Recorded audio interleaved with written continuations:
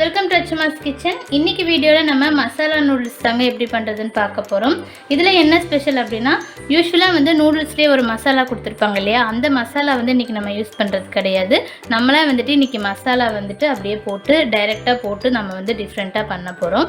உங்களுக்கு பிடிச்ச எந்த பிராண்ட் வேணால் எடுத்துக்கலாம். நான் இங்கே 3 பீஸ் எடுத்து வச்சுருக்கேன். ஃபஸ்ட்டு ஒரு பேன் வச்சுட்டு ஒரு 2 ஸ்பூன் அளவுக்கு ஆயில் சேர்த்திக்கலாம். எண்ணெய் காயட்டும்.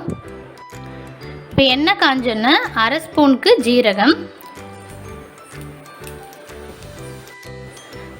சேர்த்தது ஒரு 10 பல் பூண்டு வந்து பொடி பொடியாக அரிஞ்சு வச்சுருக்கேன், அதை சேர்த்திக்கலாம். சேர்த்து இப்படியே வதக்கிடுங்க. கூடையே 2 வரமிளகாய்,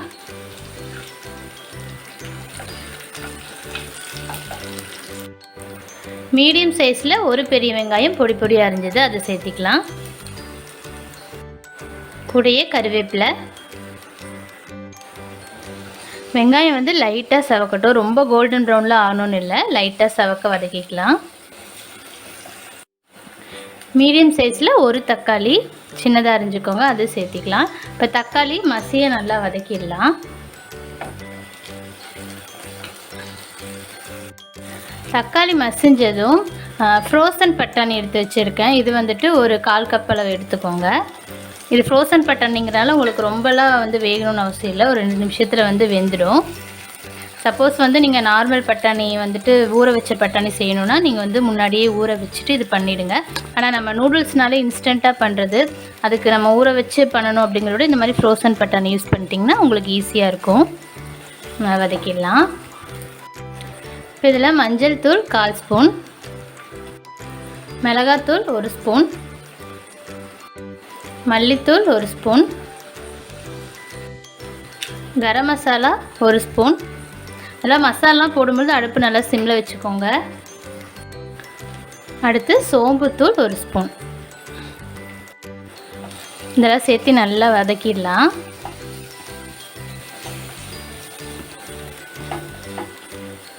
காரம் வந்து உங்களுக்கு பத்தலை அப்படின்னா நீங்கள் மிளகாத்தூள் வந்து இன்னும் கூட ஜாஸ்தியாக சேர்த்திக்கலாம். நல்லா வதக்குனதுக்கு அப்புறமா ஒரு 2லேருந்து 2.25 கப் அளவுக்கு தண்ணி சேர்த்திக்கலாம். நான் வந்து இப்போ 3 பீஸ் எடுத்துருக்கேன் இல்லையா, அதனால் வந்து ஒரு 2.25 கப் அளவுக்கு தண்ணி சேர்த்துக்க போகிறேன். 1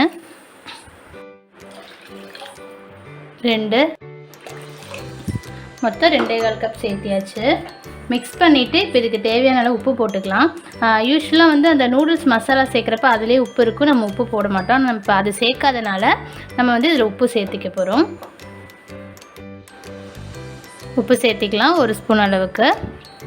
இப்போ வந்து இது நல்லா வந்து ஒரு கொதி வரட்டும். பட்டாணி வந்து வேகணும், அதனால் வந்து கொதித்து இந்த பட்டாணி வந்து வேகட்டும். பாருங்கள், நல்லா கொதி வரும்பொழுது நம்ம நூடுல்ஸ் சேர்த்திடலாம்.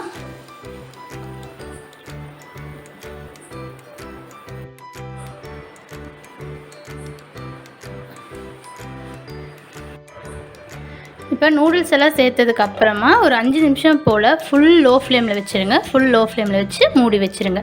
5 நிமிஷம் கழித்து ஓப்பன் பண்ணி நம்ம ஒரு தடவை கிளறி விடலாம். ஒரு 5 மினிட்ஸ் ஆகிடுச்சு. ஓப்பன் பண்ணிவிட்டு ஒரு தடவை மிக்ஸ் பண்ணிடலாம்.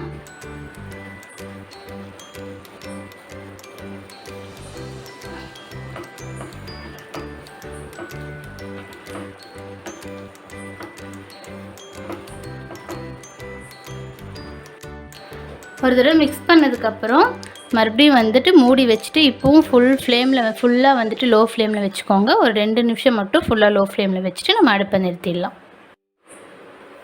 அவ்வளோதான். இப்போ அடுப்பை ஆஃப் பண்ணிடலாம். ஆஃப் பண்ணிவிட்டு ஒரு தடவை மிக்ஸ் பண்ணிவிட்டு சர்வ் பண்ணிடலாம்.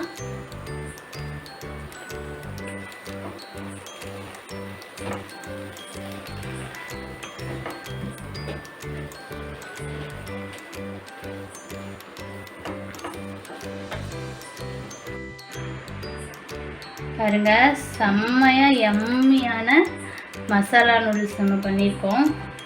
சூப்பராக இருக்கும். அந்த அந்த நூடுல்ஸோட மசாலா பிடிக்கல அப்படின்னாலும் நீங்கள் இப்படியே வந்து பண்ணலாம் இன்ஸ்டண்ட்டாக. எப்போவுமே ஒரே மாதிரி சாப்பிடாம இந்த மாதிரியும் ட்ரை பண்ணி பாருங்கள். இந்த மாதிரி ட்ரை பண்ணி பார்த்துட்டு எப்படி இருக்குன்னு கமெண்ட்ஸ் அண்ட் ஃபீட்பேக் சொல்லுங்கள். மறக்காமல் லைக், ஷேர் அண்ட் சப்ஸ்கிரைப் பண்ணுங்கள். தேங்க்யூ.